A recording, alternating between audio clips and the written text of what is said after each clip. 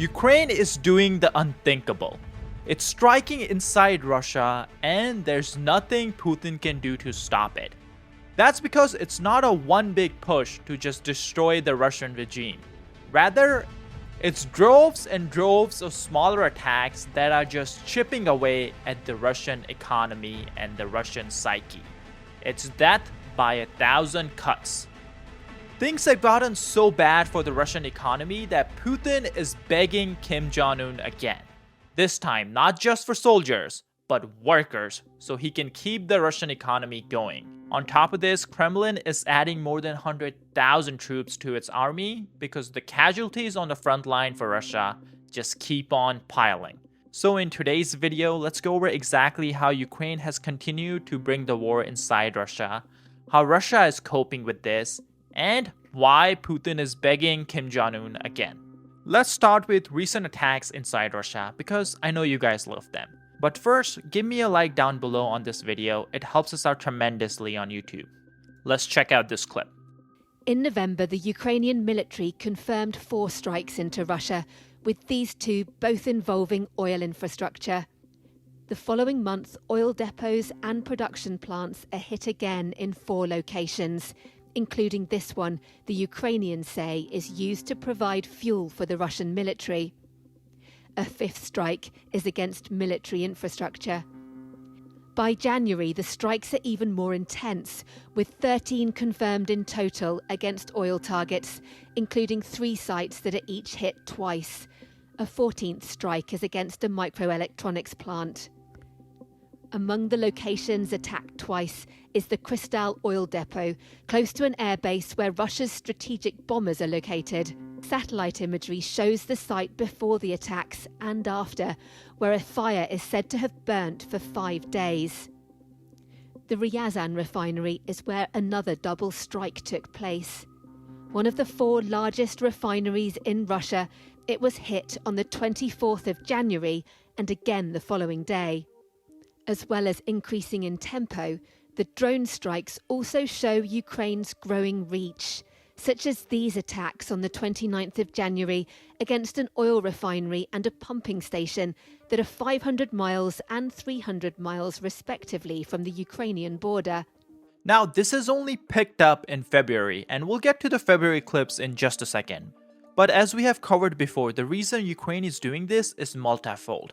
First of all, attacking refineries and oil depots that are supplying the front lines, that has a direct effect, a direct benefit to the Ukrainian troops on the front line. Because if the jets don't have fuel, they cannot fly. If the tanks don't have fuel, they cannot drive. If the donkeys don't have fuel, I guess that's why they brought the donkeys.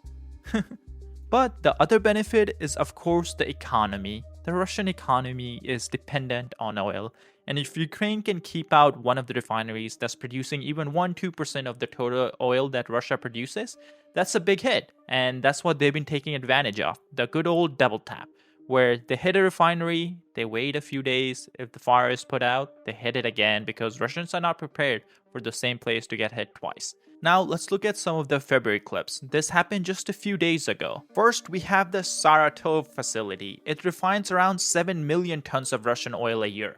That's more than 2% of the Russian refinery capacity annually. And Ukraine just hit it, and here's the clip.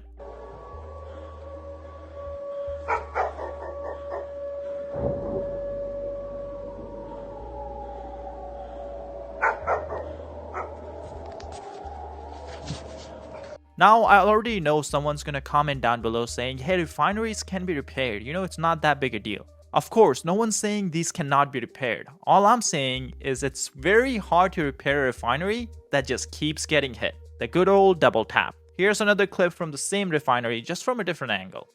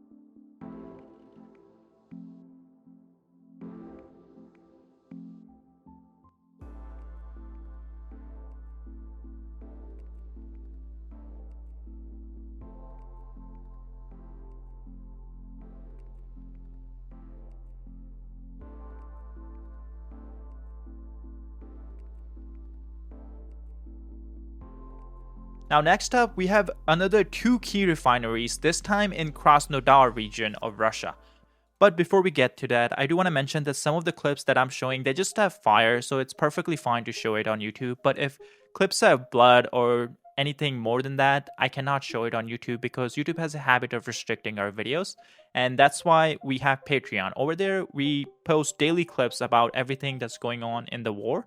And if that's something you guys are interested in watching, you can support us on Patreon for as little as $5 by clicking the link down below or scanning the QR code on your screen. You can follow along on the war, you can support the channel, and on top of that, we get experts to break down frontline clips, so it's very educational to hear that. And that's something we do want to post on YouTube, but it's just very hard to show frontline action on YouTube, so that's why we posted it on our Patreon. That's why if you're able to, you can support us on Patreon and you get a bunch of benefits. Now moving on to this refineries in Krasnodar region.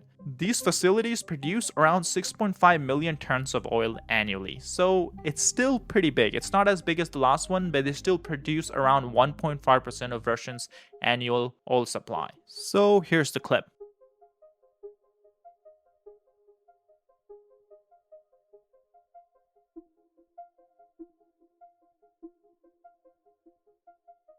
Here in the next clip, you can see this from the highways, and that's another benefit of attacks like these that are really visible. They give the feeling to the Russian people that a war is going on their border, and even though Putin's media doesn't want to talk about the war, they see attacks like these and they're reminded that the war is not exactly going Russia's way. So let's watch this clip.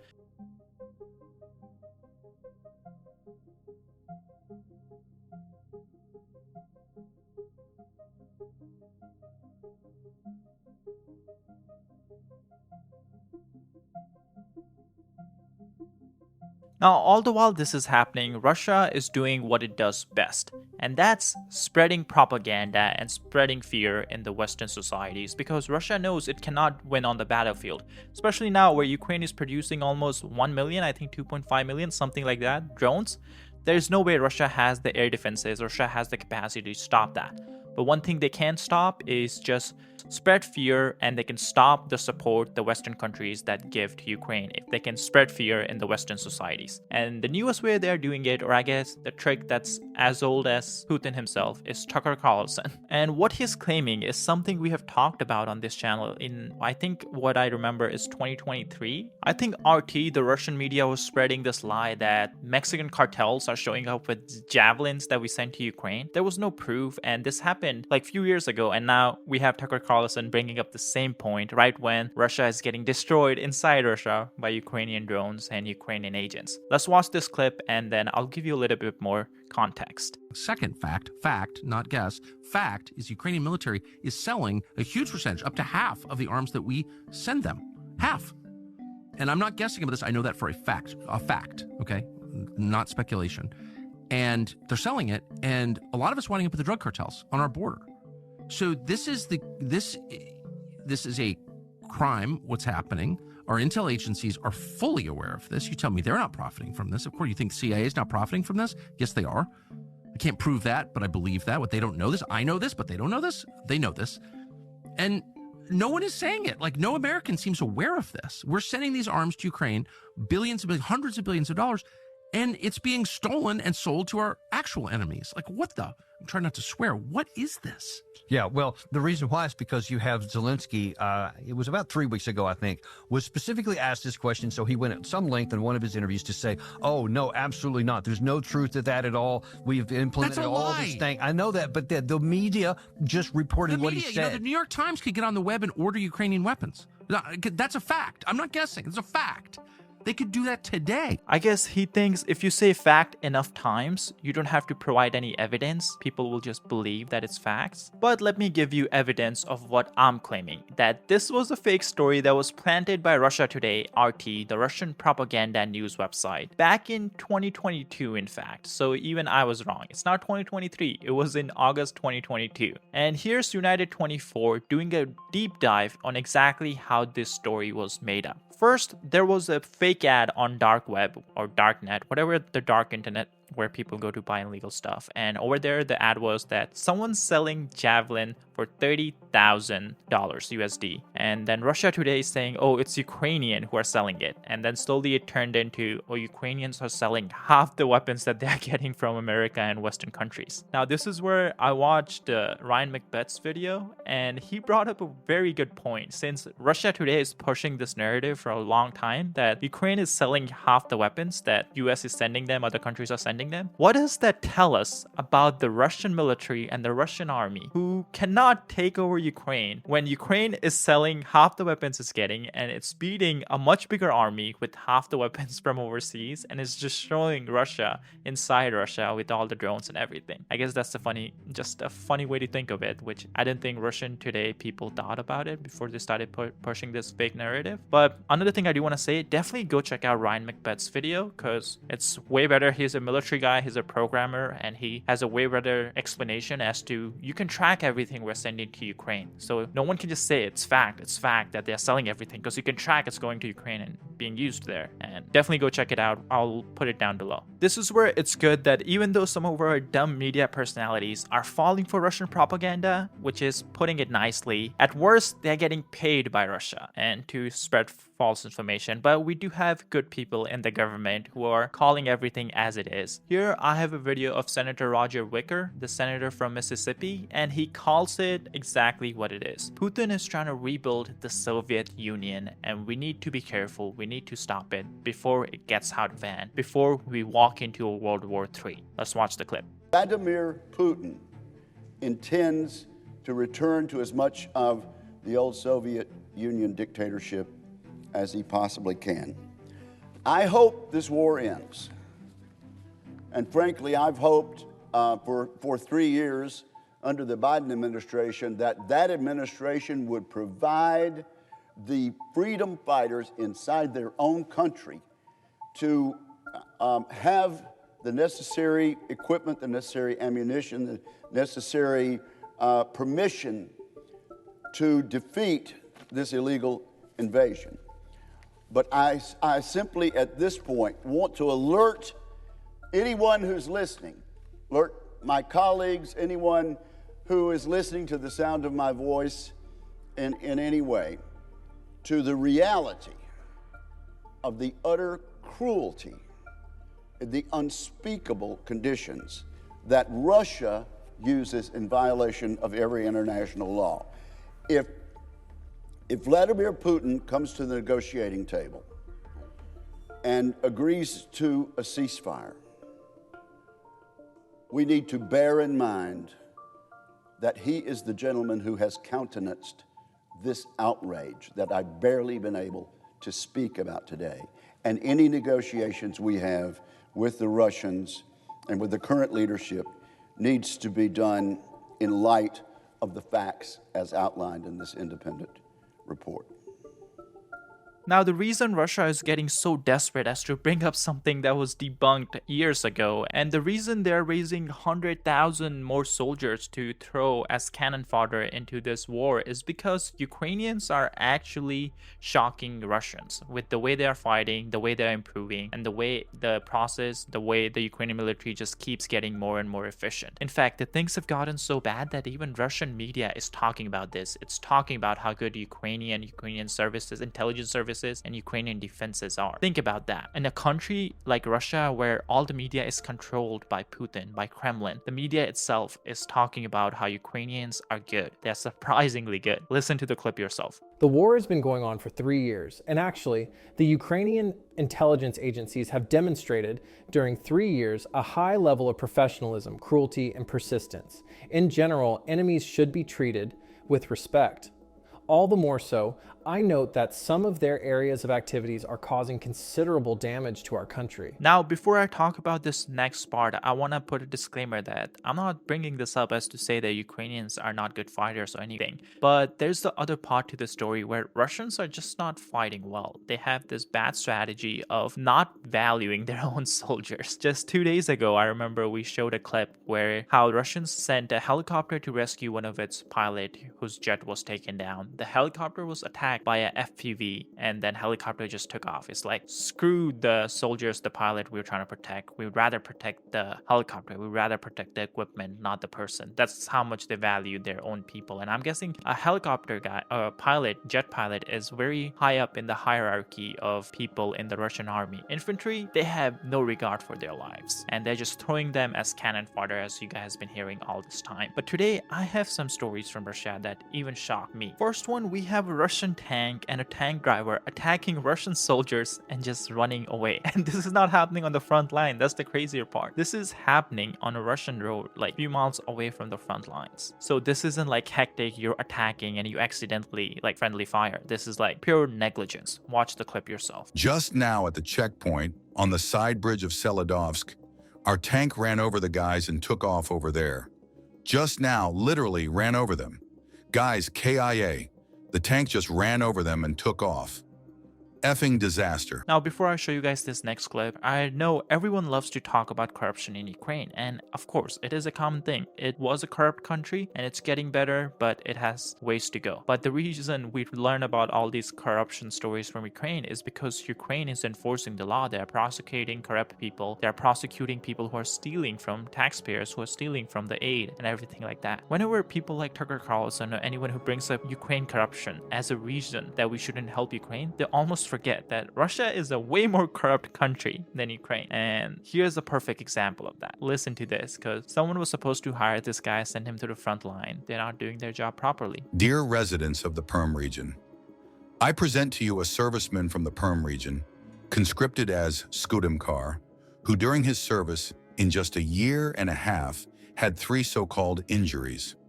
First, he broke his arm while drunk. Second, on the line of combat contact, he looked where he shouldn't have and got a wound in the cheek. And the third time, he was sent to the training ground. There, on a drunken bench, he broke his leg. He received 9 million rubles from the government. He was even recommended for a government award.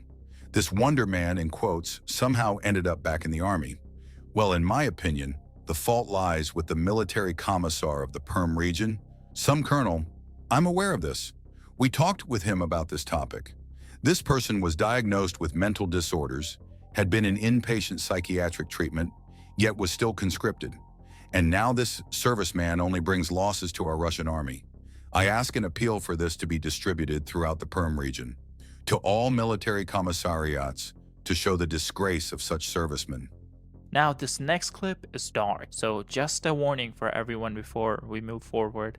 We have Russian soldier admitting that Russians forced themselves, the Russian commanders forced their soldiers to finish off injured soldiers on their own side. So these Russian soldiers are finishing off or eliminating other Russian soldiers. I can't imagine what that does for the morale. I know Japanese had something like this in World War II, but that's a very different culture too. And on top of that, it wasn't helping the Japanese soldiers' morale. When you have to eliminate someone you just spent so long bonding, fighting with together, and now he's injured. And yeah, emotions definitely play a role here, and that's not good for morale when you have to do something like this. Watch the clip yourself. You can see the sadness in his eyes. Karchuganov Konstantin Valerievich, call sign Korcha.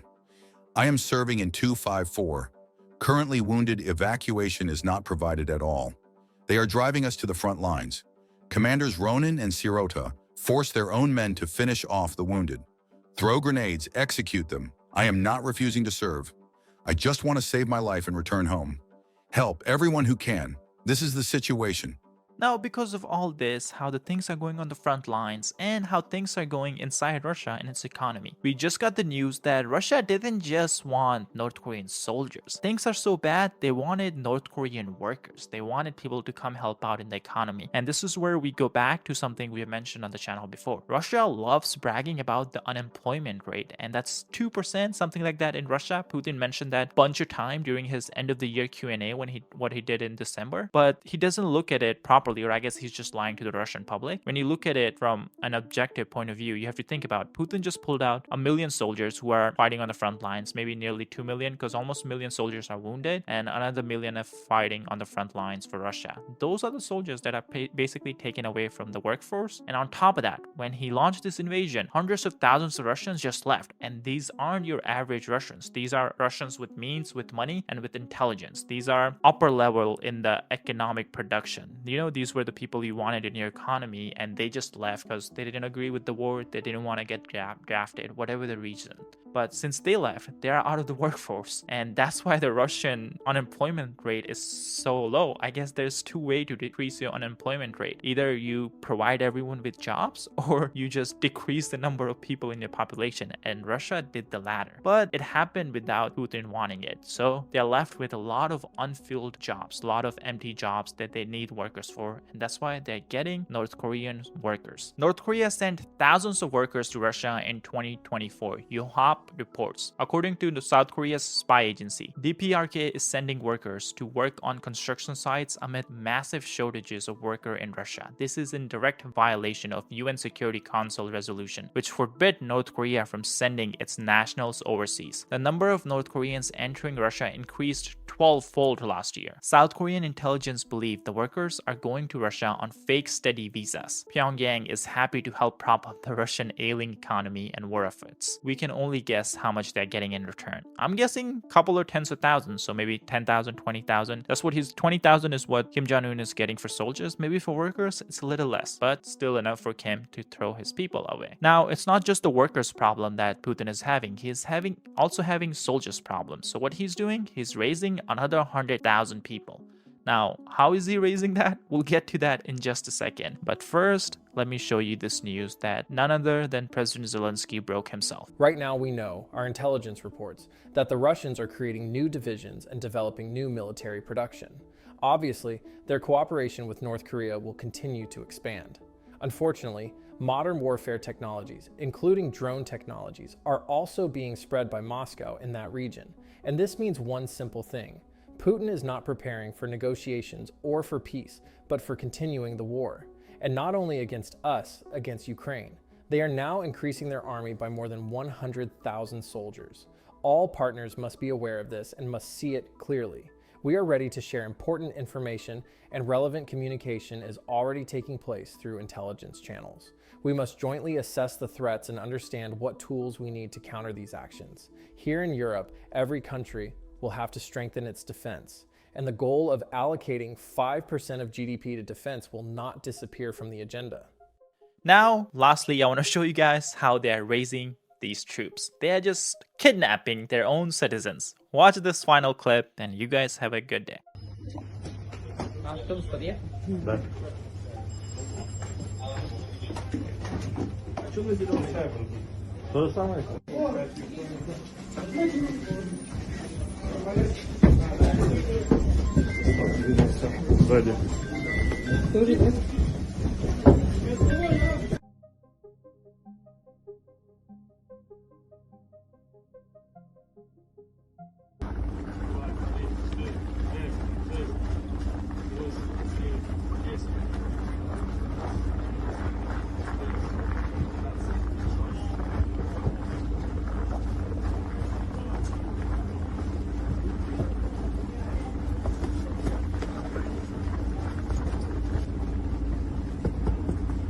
As you guys know, covering geopolitics on YouTube is definitely a risky business.